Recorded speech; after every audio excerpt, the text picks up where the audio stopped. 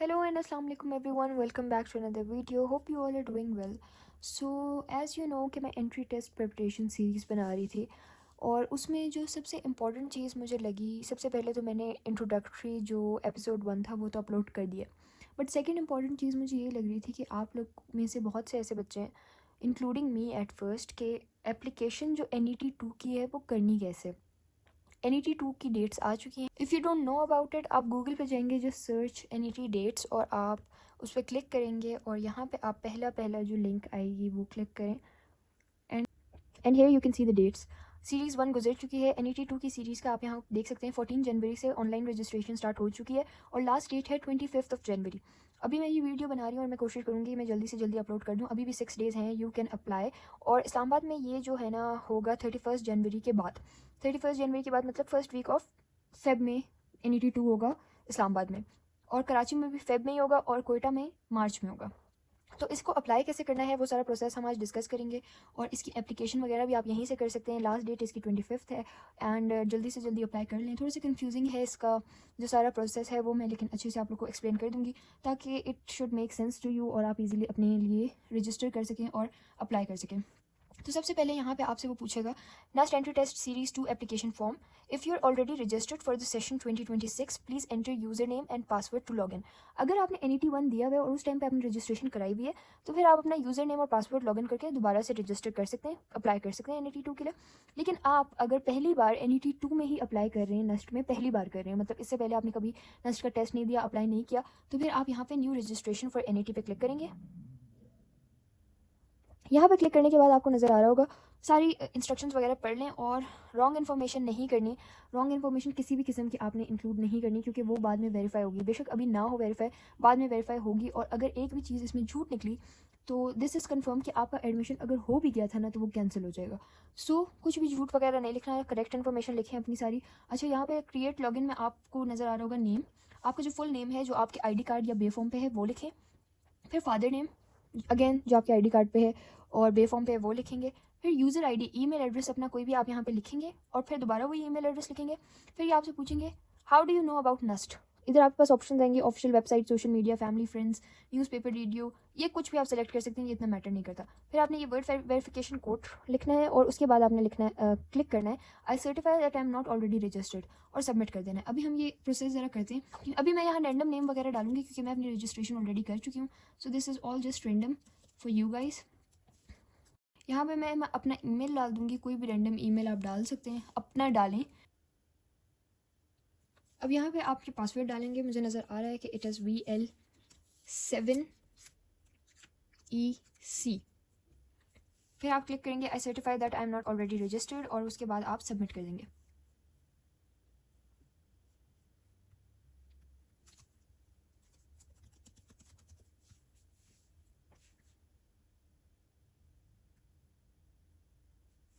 यहाँ पे आपने क्लिक कर दिया है। अब आपके पास ये इस तरह का एक पेज आ जाएगा। जो ईमेल एड्रेस आपने डाला है उस पर आपके पास एक मेल आएगी, उसमें आपका यूज़र नेम और पासवर्ड होगा।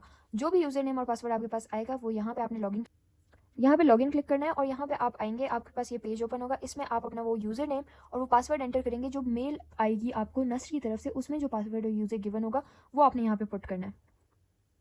इन्फॉर्मेशन इसमें डालने के बाद आप लॉगिन पे क्लिक करेंगे एंड सारी चीज़ें देख सकते हैं। अच्छा जी, ये सारा क्लियरली आपको पेज आ गया है, इस पर आप सारी चीज़ें देख सकते हैं। आप यहाँ पे सबसे पहले जाएंगे एप्लीकेशन फॉर्म पे। ये आपका आ गया है रजिस्ट्रेशन एप्लीकेशन फॉर्म। यहाँ पे सबसे पहले आपको ऑप्शंस दिया हुआ है कि आप अपना नेम एंटर करें, name, first name, middle name, last name. अगर आपका कोई मिडिल नेम नहीं है तो इसको ब्लैंक छोड़ दें, first name and last name enter कर दें। अच्छा जी, यहाँ पे क्लियरली मेंशन है कि जो नेम आपने लिखना है वो आपका एज पर मैट्रिक या इक्विलेट सर्टिफिकेट पे जो आपका मतलब डॉक्यूमेंट्स में जो आपका नाम है आप वही स्पेलिंग वही एग्जैक्ट चीज़ें लिखेंगे। आपने अपना इंस्टाग्राम यूज़र नेम वाला जो आपने नाम में अपनी चेंजेस की हुई होती हैं, स्पेलिंग चेंजेस किसी ने की हुई होती है, उस तरह वाला नाम नहीं लिखना। आपका जो ऑफिशियल डॉक्यूमेंट्स में गवर्नमेंट के पास जो नेम है, जो आपके ID कार्ड पे, जो आपके मैट्रिक के सर्टिफिकेट पे, जो आपके फर्स्ट ईयर के सर्टिफिकेट पे, वो आपने पुट करना है। तो अब आपने ये सीन करना है कि ये आपने नाम फिल करना है, उसके बाद आपने अपनी डेट ऑफ बर्थ डालनी है, फिर आपने यहाँ से जेंडर सेलेक्ट करना है, उसके बाद आपने नेशनैलिटी सेलेक्ट करनी है, पाकिस्तान, डुअल, फॉरेन, आपने पाकिस्तान ऑब्वियसली सेलेक्ट करना है। उसके बाद फिर आपने CNIC नंबर और बे फॉर्म नंबर। अब कुछ बच्चे हो सकता है 18 ईयर्स के ना हुए हों या अभी तक उनका आईडी कार्ड ना बना हो, तो वो सोच रहे होंगे कि हमारे पास तो आईडी कार्ड नहीं है। तो आपका जो बे फॉर्म नंबर होता है वही आपका CNIC नंबर भी होता है। तो आप जाके अपना बे फॉर्म नंबर डालेंगे, यहाँ पे आप अपना बे फॉर्म नंबर और CNIC नंबर डालेंगे। उसके बाद फिर आपने ऐड करना है फादर्स नेम, फादर्स स्टेटस। अब स्टेटस में वो आपसे ये प्रोफेशन नहीं पूछ रहे, वो आपसे पूछ रहे हैं अलाइव है, डिसीज्ड है या शहीद है। शहीद मीन्स आर्मी में अगर थे और शहीद हुए तो वो आपने लिखना है। Deceased means someone who is not alive and alive. उसके बाद आपके पास आ जाता है फादर्स प्रोफेशन। आपने इसमें से सेलेक्ट करना है अपने फादर का प्रोफेशन।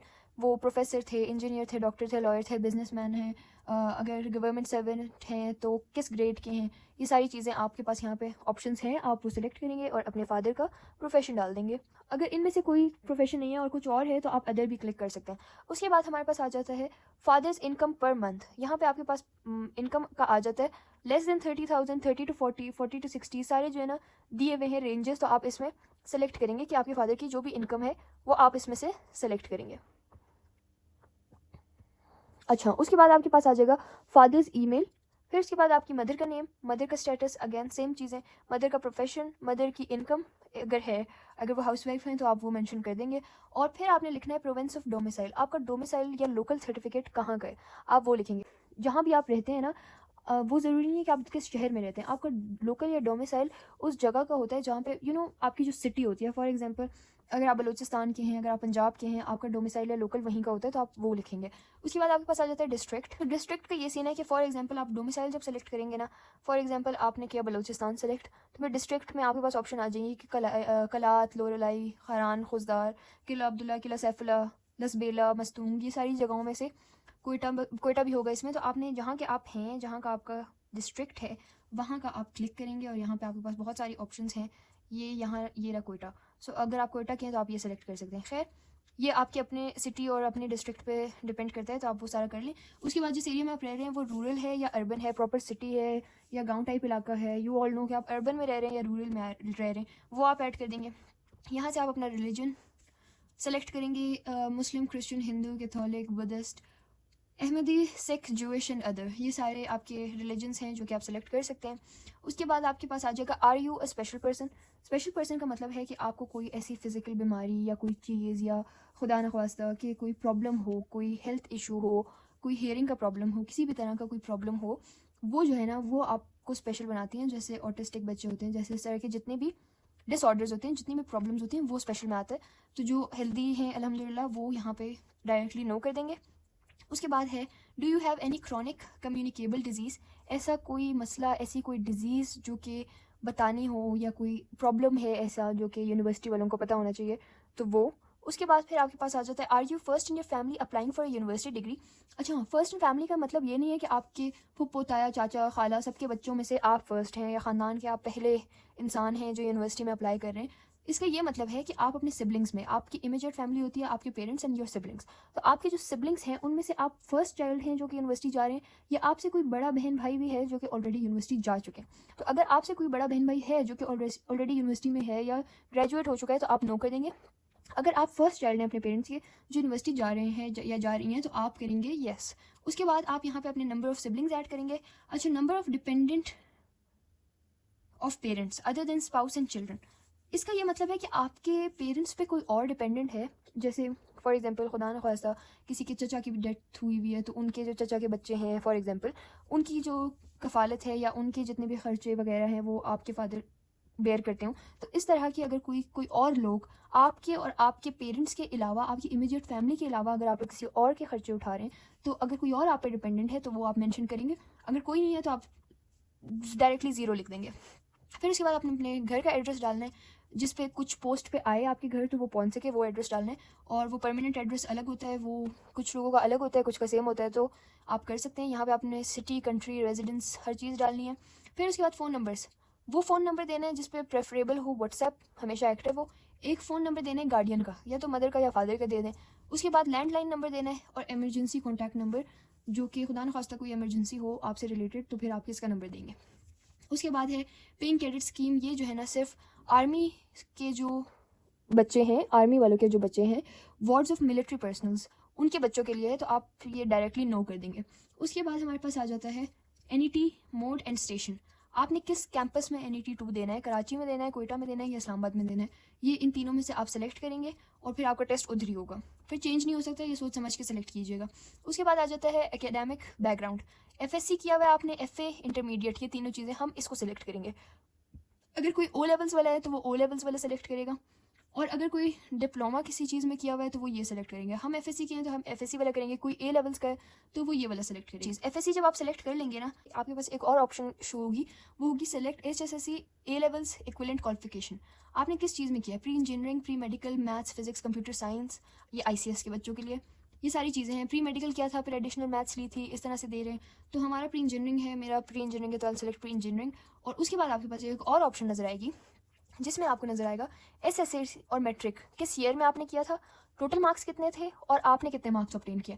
अब टोटल मार्क्स फॉर एग्जांपल 1100 थे और आपने लिए हैं 1046 फॉर एग्जांपल, 1046 फॉर एग्जांपल आपने लिखे। परसेंटेज वो खुद कैलकुलेट कर लेंगे, आपको नीड नहीं है परसेंटेज लिखने की, वो खुद ही कैलकुलेट कर देंगे। यहाँ पे आपने अपने स्कूल या कॉलेज का नाम लिखना है, स्कूल का नाम लिखना है और अपना बोर्ड सेलेक्ट करना है। सारे बोर्ड यहाँ पे गिवन है, आप अगर FBIAC के हैं तो आप FBIAC सेलेक्ट कर लेंगे।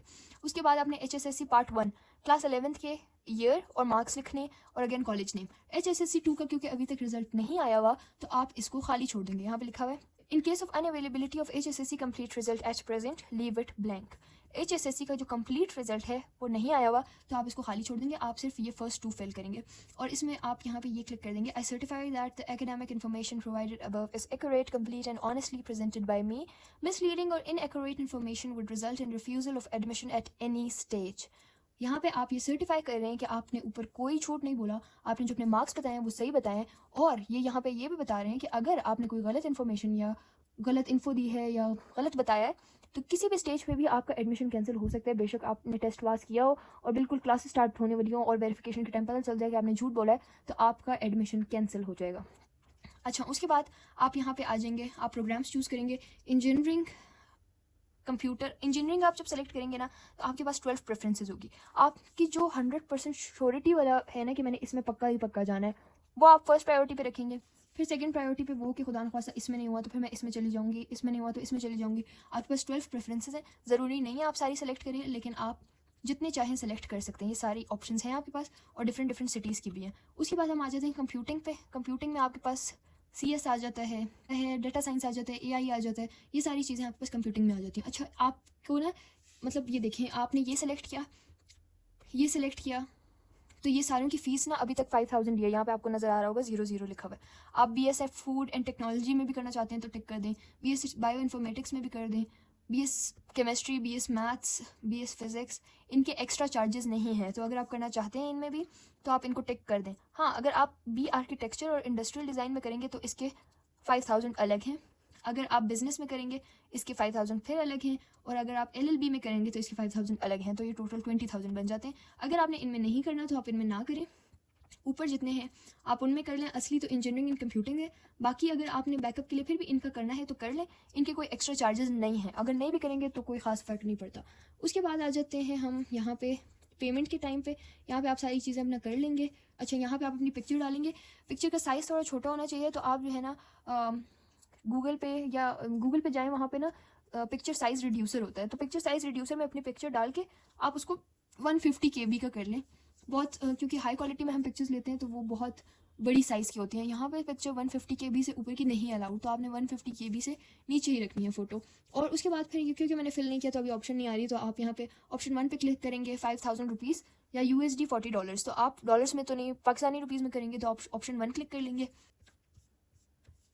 अच्छा, यहाँ से आप जब सारा कर लेंगे ना, ये सारी चीज़ें आप एक्सेप्ट कर लेंगे और सारा करके आप जब आगे जाएंगे तो आपके पास पेमेंट वाले ऑप्शन आएंगे। उसमें 3-4 तरीके होते हैं पेमेंट के। एक होता है ऑनलाइन पेमेंट, ईजी पैसा से या बैंक अकाउंट से आप जाके अपने पेमेंट्स पे जाते हैं और आप 1 लिंक पे क्लिक करते हैं, उस पर वो आपको एक नंबर जनरेट हुआ आता है, वो आप ऐड करते हैं और आप वहाँ से पेमेंट कर सकते हैं। दूसरा तरीका होता है चालान वो आपको दे देते हैं, आप यहाँ से अपने कंप्यूटर से प्रिंटर से प्रिंट निकलवाते हैं, फिर आप किसी भी हबीब बैंक जाते हैं और वो चालान आप वहाँ पे जाके जमा करवाते हैं।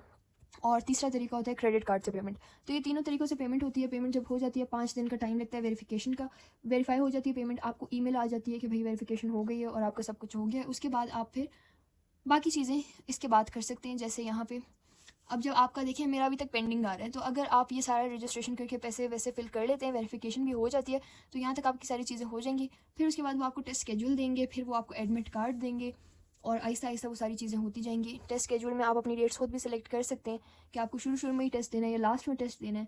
और एडमिट कार्ड भी आपका आ जाएगा, वो एडमिट कार्ड आपको प्रिंट करना होता है। वो जब आप एंट्री टेस्ट देने जाते हैं तो वो एडमिट कार्ड आपके पास होना चाहिए।